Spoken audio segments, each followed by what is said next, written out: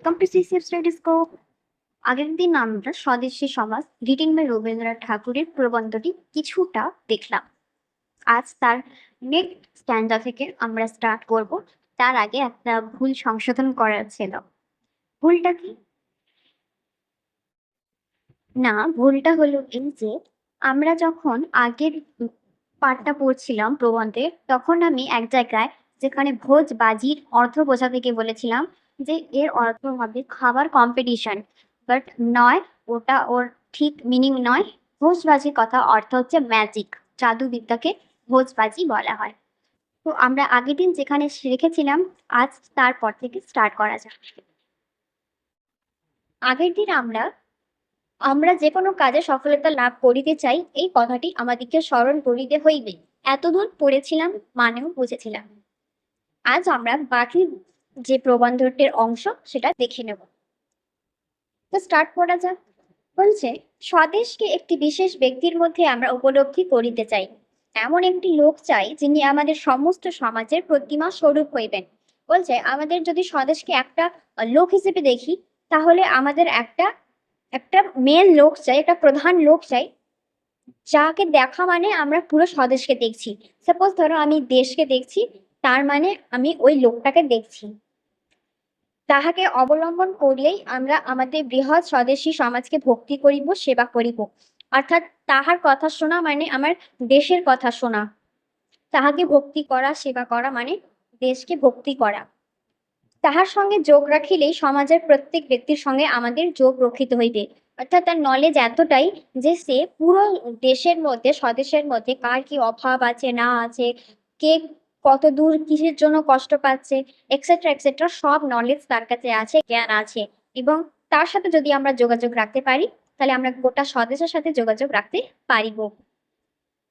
এক্ষুনি আমাদের সমাজপতি যায়, তাহার সঙ্গে তাহার পার্শ্বদ সভা থাকিবে, কিন্তু তিনি প্রত্যক্ষভাবে আমাদের সমাজের অধিপতি হইবেন। তার মানে আমাদের সমাজপতি চাই। যদি আমি দেশ হিসেবে আজকের উদাহরণ হিসেবে নিই, তাহলে ধরো প্রধানমন্ত্রী এবং তার আন্ডারে পার্শ্বদ সভা থাকে যেরকম, সেরকমই সমাজপতির আন্ডারেও থাকবে পার্শ্বদ সভা।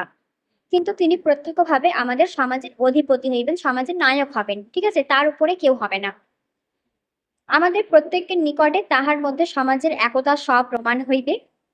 আর যদি কাহাকেও বলি সমাজের কাজ করো, তবে কেমন করিয়া করিব, কোথায় করিব, কাহার কাছে কি করিতে হইবে, তাহা ভাবিয়ে তাহার মাথা ঘুরিয়া যাইবে।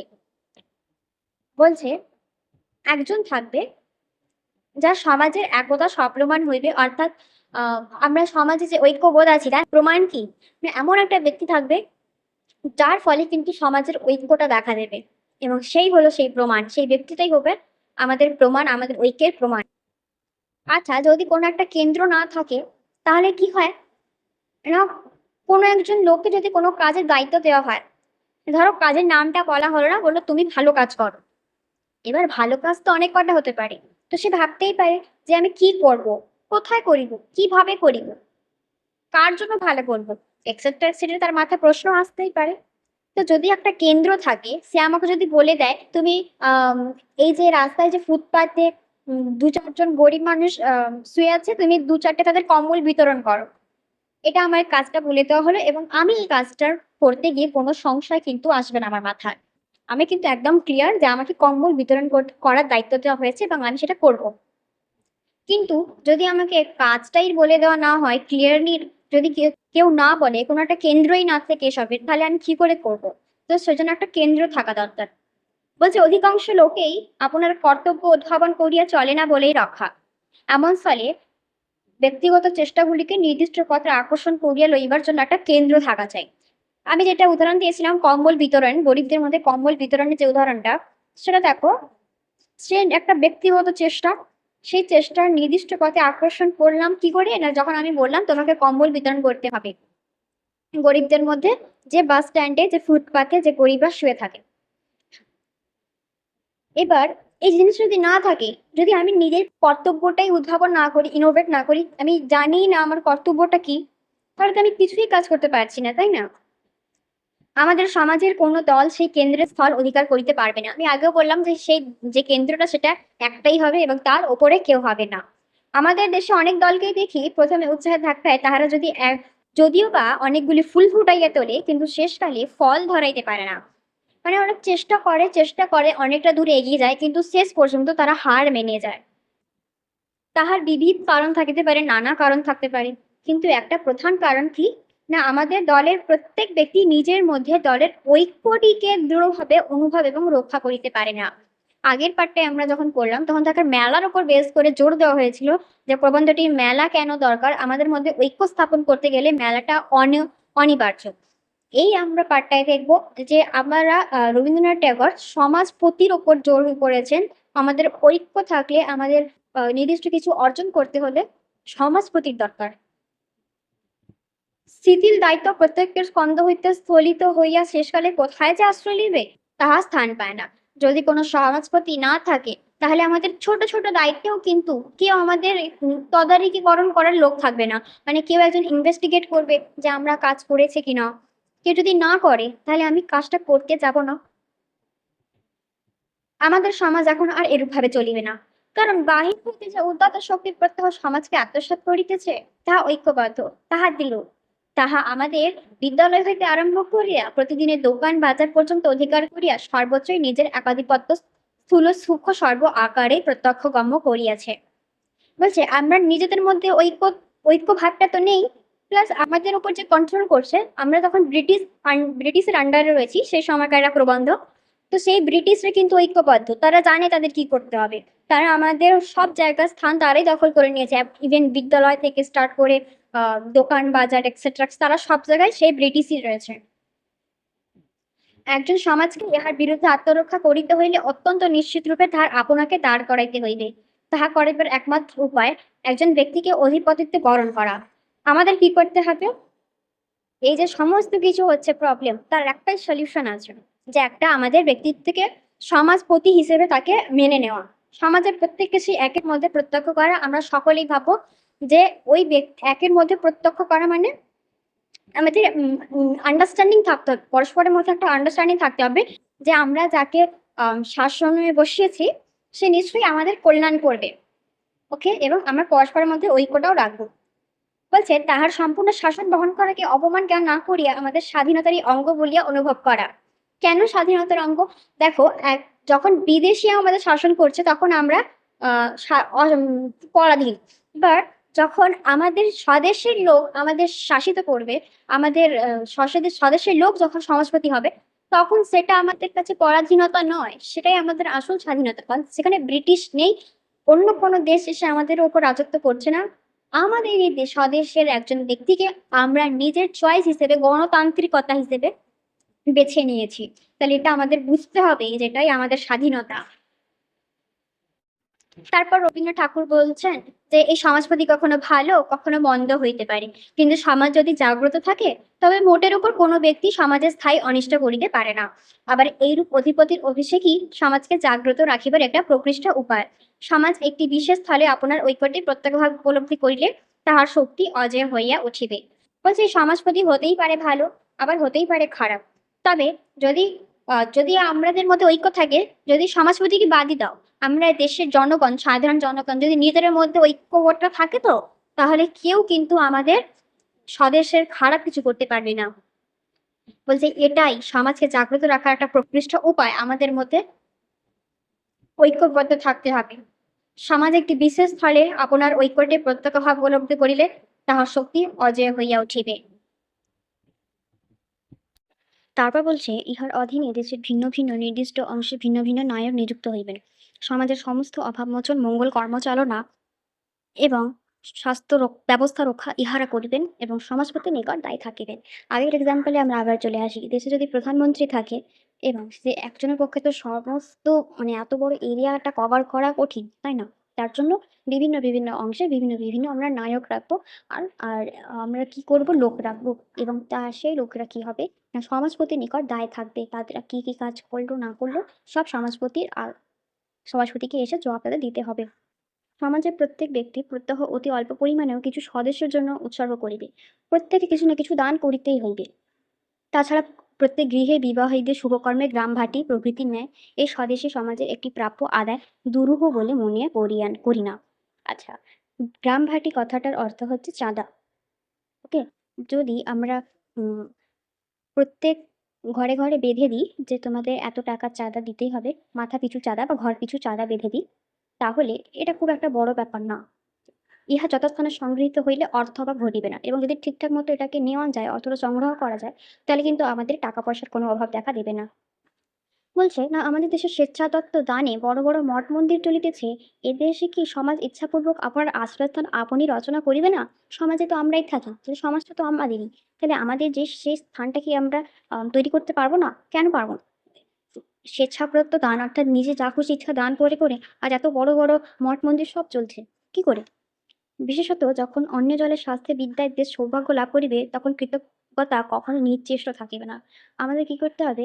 যেদিন দেখবো আমরা দেশটা সুম স্বাস্থ্যে উন্নতি করেছে, বিদ্যায় উন্নতি করেছে, তখন আমরা নিজেদের সৌভাগ্য বলে মনে করব, এবং আমরা সবাইকে কৃতজ্ঞতা জানাবো।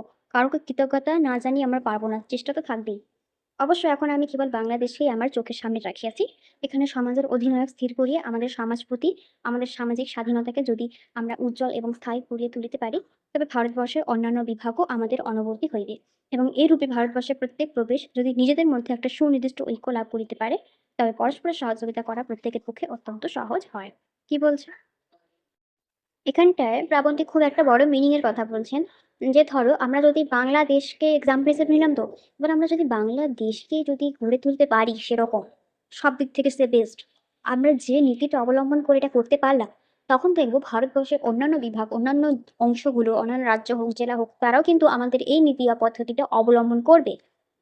তাই তো? একবার ঐক্যের নিয়ম এক স্থানে প্রবেশ করিয়া প্রতিষ্ঠিত হইলে তাহা ব্যাপ্ত হইতে থাকে। এক জায়গা থেকে যদি আমরা দেখবো যে ঐক্যে, সবার মধ্যে যদি ঐক্য থাকে, আচ্ছা আগের লাইনটা মিস করলাম মেবি। এবং এইরূপে ভারতবর্ষের প্রত্যেক প্রদেশ যদি নিজের মধ্যে একটা সুনির্দিষ্ট ঐক্য লাভ করিতে পারে, তবে পরস্পরের সহযোগিতা করা প্রত্যেকের পক্ষে অত্যন্ত সহজ হয়।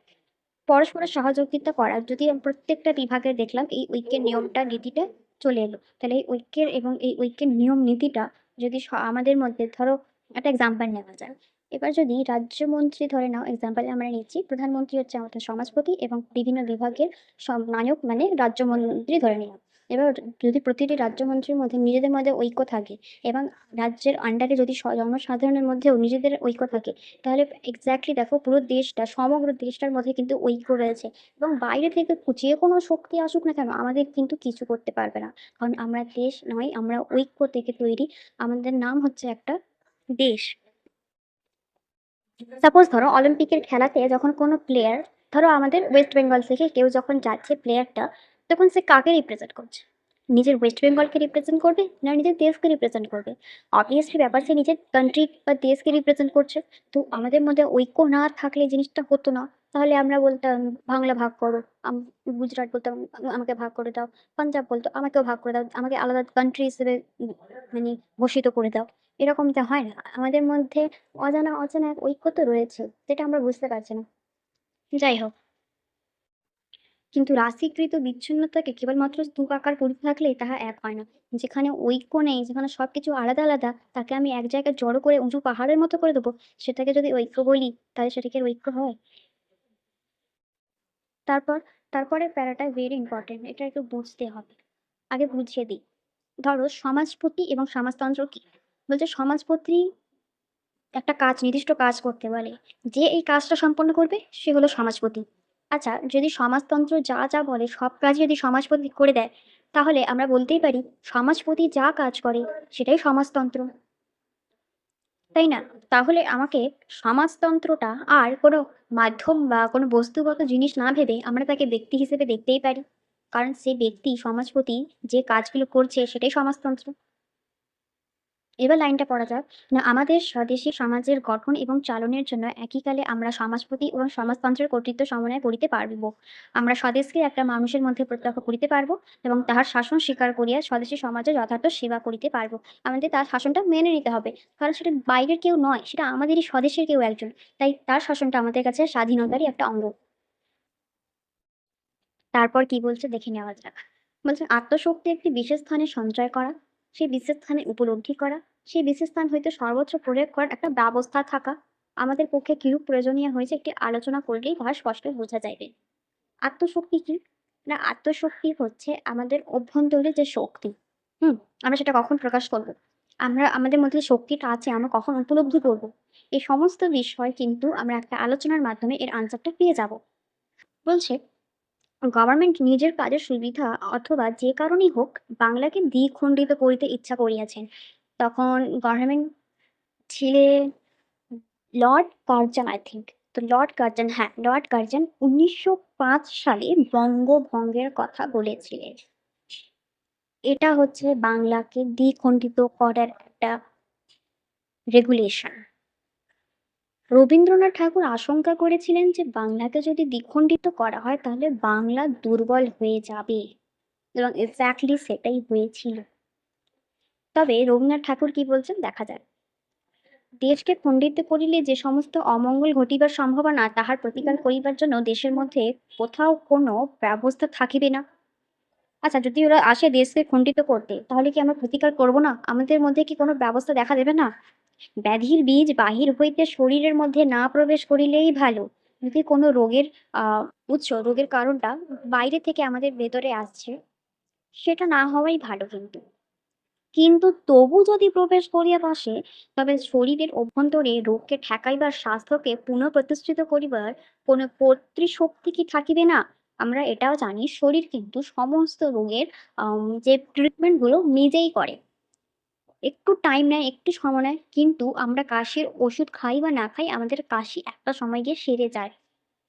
ইভেন আমাদের যদি কোনো সাপও কামড়ায় তাহলে সেই সাপের বিষটা কিন্তু আমাদের ভেতরেও শরীর তৈরি করতে থাকে তার প্রতিকার হিসেবে।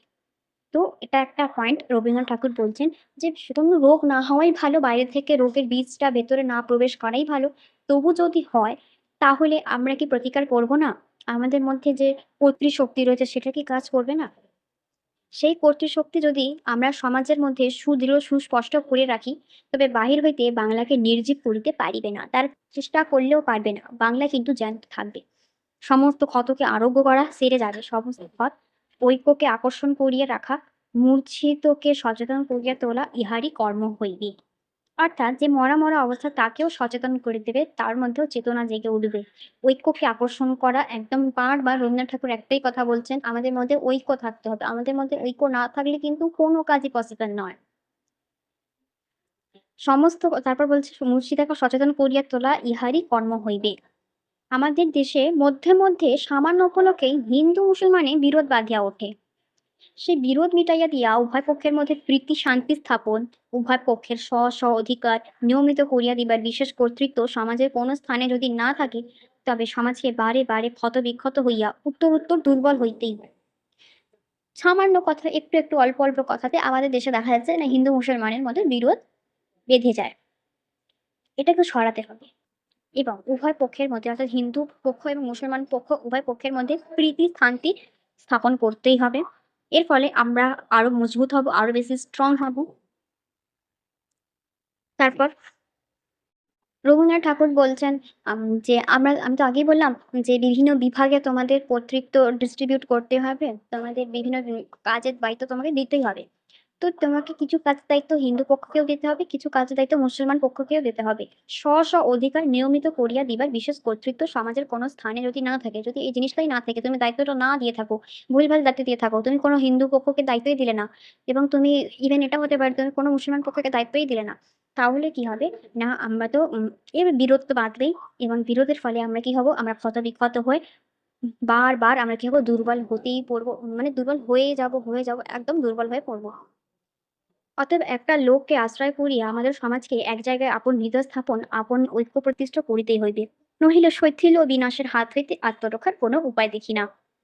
আবার সেই সমাজপতির দিকেই তিনি মোড় নিলেন। আবার তিনি বলছেন যে এই সমস্ত কিছুর কিন্তু একটা কেন্দ্র থাকা উচিত, এমন একটা জায়গা থাকা উচিত যে যেখান থেকে আমাদের স্ব অধিকার ডিস্ট্রিবিউট করা হবে, কার কি অধিকার সেটা জানানো হবে। না হলে কিন্তু কোনো উপায় নেই, আমাদের আত্মরক্ষার আর কোনো উপায় নেই। অনেকে হয়তো সাধারণভাবে আমার এ কথা স্বীকার করিবে, কিন্তু ব্যাপারখানা ঘটাইয়া তোলা তাহারা অসাধ্য বলে মনে করিতে পারে। তাহারা বলিবেন, নির্বাচন করিবে কি করিয়া? সবাই নির্বাচিতকে মানিবে কেন? আগে সমস্ত ব্যবস্থাতন্ত্র স্থাপন করিয়া তবে তো সমাজপতির প্রতিষ্ঠা সম্ভবপর হইবে, ইত্যাদি ইত্যাদি। আগে বলেছিলাম যে সমাজতন্ত্র কথাটা যখন বললাম, সমাজপতি এবং সমাজতন্ত্র, তো সমাজতন্ত্র যে কাজটা করতে বলে সমাজপতি সেই কাজটা করা উচিত। তাই তো? তো কেউ একজন হয়তো এসে বলছে যে, "আচ্ছা, আমরা সমাজপতি নির্বাচন করব। কিন্তু সমাজতন্ত্রটা আগে গঠন করা উচিত। তার আগে ব্যবস্থাতন্ত্র স্থাপন করা উচিত।"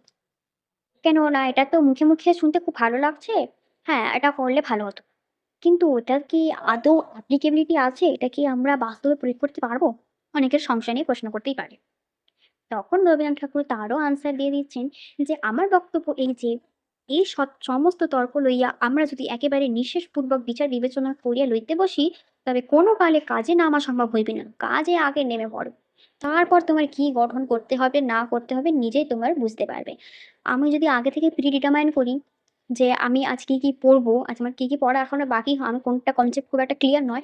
এটা পড়তে না বসতে আমি কিন্তু এটা ডিটারমাইন করতে পারব না। আমাকে পড়ে, পড়ে দেখতে হবে যে আমার কোন জায়গাটা আমি এখনো উইক আছে, ওটাকে স্ট্রং করতে হবে। তাই তো? তার আগে আমাকে কাজে নেমে যেতে হবে কোনো ডিসিশন নেওয়ার আগে। এমন লোকের নাম করাই শক্ত, দেশের কোনো লোক বা কোনো দল যাহার সম্বন্ধে কোনো আপত্তি না করিবেন। একজন তো সবার কাছে আর ভালো হয়ে উঠতে পারে না। তো কেউ না কেউ তার নামে খারাপ বলিবেই। দেশের সমস্ত লোকের সঙ্গে পরামর্শ মিটাইয়া লইয়া লোককে নির্বাচন করা সাধ্য হইবে না। কখনোই পসিবল না। লোককে ধরে, ধরে বলবে, "একে আমরা সমাজপতি করিব, তোমরা মানবে?" কখনোই এটা পসিবল না। আমাদের প্রথম কাজ হইবে যেমন করিয়া হোক একটা লোক স্থির করা এবং তাহার নিকটে বাধ্যতা স্বীকার করিয়া ধীরে ধীরে ক্রমে ক্রমে তাহার চারিদিকে একটা ব্যবস্থাতন্ত্র গড়িয়া তোলা। প্রাবন্ধিক বলছেন, অত লেট করা ভালো নয়। আমাদের এখনই যা হোক করে কোনো এক করে একটা লোককে আমরা নির্বাচন করে দিই এবং সে দেখবে যে তার চারপাশে কি, কি অভাব, কি, কি কাজ করতে হবে। সে দেখবে এবং সে ব্যবস্থাতন্ত্র সেই গড়ে তুলবে। কোনো একটি যোগ্য লোককে দাঁড় করাইয়া তাহার অধীনে একদল লোক যথার্থভাবে কাজে প্রবৃত্ত হইলে এই সমাজতন্ত্র দেখিতে দেখিতে প্রস্তুত হইয়া উঠিবে। পূর্ব হইতে হিসাব করিয়া কল্পনা করিয়া আমরা যা আশা করিতে না পারিব তাহাও লাভ করব।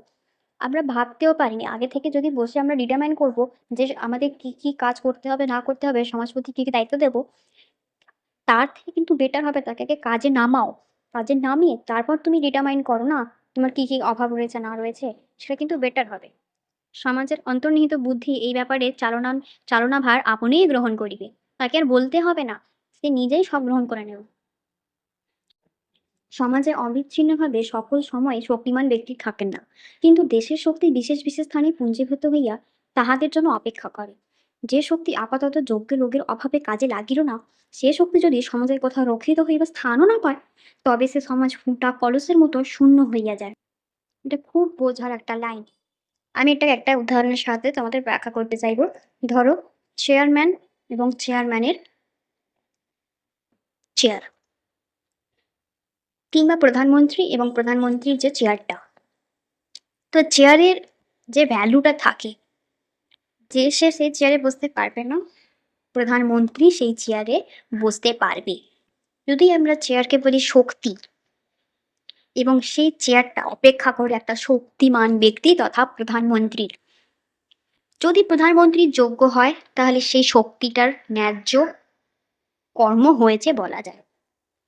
যদি শক্তিটা যে ব্যক্তিটা প্রধানমন্ত্রীটা যদি সে যোগ্য না হয়, তাহলে সেই শক্তিটা অপব্যবহার হবে। তাই তো? সেই চেয়ারের অপব্যবহার হলে কি হবে? আমাদের সমাজটা ফুটো কলসের মতো হয়ে যাবে, যেখানে কিছুই পসিবল নয়। যেখানে জল ঢাললে যেমন গড়িয়ে পড়ে, তেমনি সে সমাজে তুমি যতই যা করো ভালো কিছু হয়ে উঠতে পারবে না। আমি যে সমাজপতির কথা বলিতেছি, তিনি সকল সময় যোগ্য লোক না হইলেও সমাজের শক্তি, সমাজের আত্মচেতনা তাহাকে অবলম্বন করিয়া বিধৃত হইয়া থাকিবে। অবশেষে বিধাতার আশীর্বাদে এই শক্তির সঞ্চার সঙ্গে যখন যোগ্যতার যোগ হইবে, তখন দেশের মঙ্গল দেখিতে দেখিতে আশ্চর্য বলে আপনাকে সর্বত্র বিস্তীর্ণ করিবে। রবীন্দ্রনাথ ঠাকুর বলছেন, তিনি যে সমাজপতির কথা বলছেন, তিনি সব সময়ের জন্য অলওয়েজ তিনি যে সর্বশক্তিমান এমন ব্যাপারটা না। তবে তিনি যদি চেষ্টা করেন এবং বিধাতা যদি ওনার উপর দয়া করেন, তাহলে তিনি কিন্তু আদর্শ সমাজপতি হয়ে উঠতে পারেন। যে সমাজপতির মধ্যে ঐক্য গড়ে তোলার ভাব থাকবে, যে সমাজপতি দেশের জনগণের কল্যাণের ব্যাপারে ভাবে, সেই সমাজপতি ব্যতীত আর কে ভালো সমাজপতি হতে পারে? সমাজের সকলের চেয়ে যাহাকে বড় করিব, এত বড় লোক চাহিলেই পাওয়া যায় না। বস্তুত রাজা তাহার সকল প্রজার কাছে যে স্বভাবত বড় তাহা নহে। রাজা যে প্রজা থেকে বড় লোক, ধনসম্পত্তিতে বড়, এমন নয়। কিন্তু রাজ্যই রাজাকে বড় করে। রাজ্য আছে বলেই তো রাজা। রাজ্যই কি করলো, রাজাকে একটা মান দিল, একটা পদবি দিল, যাতে সে বড় হতে পারে। জাপানের মিকাডো, জাপানের সমস্ত সুধী, সমস্ত সাধক, সমস্ত শূরবীরদের দ্বারাই বড়। যে মিকাডো আমাদের দেশে যেমন প্রধানমন্ত্রী বলি, তো মানে একটা হেড, সে হচ্ছে জাপানের নামটা মিকাডো। তো সেখানে সমস্ত সুধী হোক, সাধক হোক, শূরবীর হোক, সমস্ত থেকে সে বড়। আমাদের সমাজপতি ও সমাজের মহত্বেই মহৎ হইতে থাকিবে। সমাজের সমস্ত বড় লোকই তাহাকে বড় করিয়া তুলিবে। মন্দিরের মাথায় যে স্বর্ণ কলস থাকে তাহা নিজে উচ্চ নহে, মন্দিরের উচ্চতাই তাহাকে উচ্চ করে। ভেরি ইম্পর্টেন্ট একটা এক্সাম্পল, যে মন্দিরের মধ্যে ওপরে মন্দির যে কলসটা আছে, সেই কলসটাকে আমরা উঁচু বলবো না, সে অত উঁচু কলস না। মন্দিরটা উঁচু, কলসটা তো ছোট একটা কলস। তো সে কলসটাকে উঁচু মর্যাদা দিল কে? মন্দিরের উচ্চতা।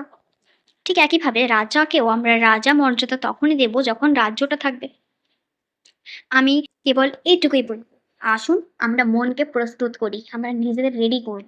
ক্ষুদ্র দলাদলি, এর কথা ওকে, ওর কথা ওকে, কুতর্ক, পরনিন্দা, সংশয় ও অতিবুদ্ধি হইতে হৃদয়কে সম্পূর্ণভাবে খালন করিয়া অদ্য আজই মাতৃভূমির বিশেষ প্রয়োজনের দিনে যখন আমার জননী ভূমি আমাকে ডাকছে, জননীর বিশেষ আহ্বানের দিকে চিত্তকে উদার করিয়া কর্মের প্রতি অনুকূল করিয়া সর্বপ্রকার লক্ষ্যবিহীন অতি সূক্ষ্ম যুক্তিবাদের গণ্ডূলতাকে সবেগে আবর্জনা স্তূপের মধ্যে নিক্ষেপ করিয়া এই যে যত আমার ব্যাড কোয়ালিটিস গুলো রয়েছে আমি সব আজকে কিন্তু শেষ করে দেবো, আজকে ছুঁড়ে ফেলে দেবো।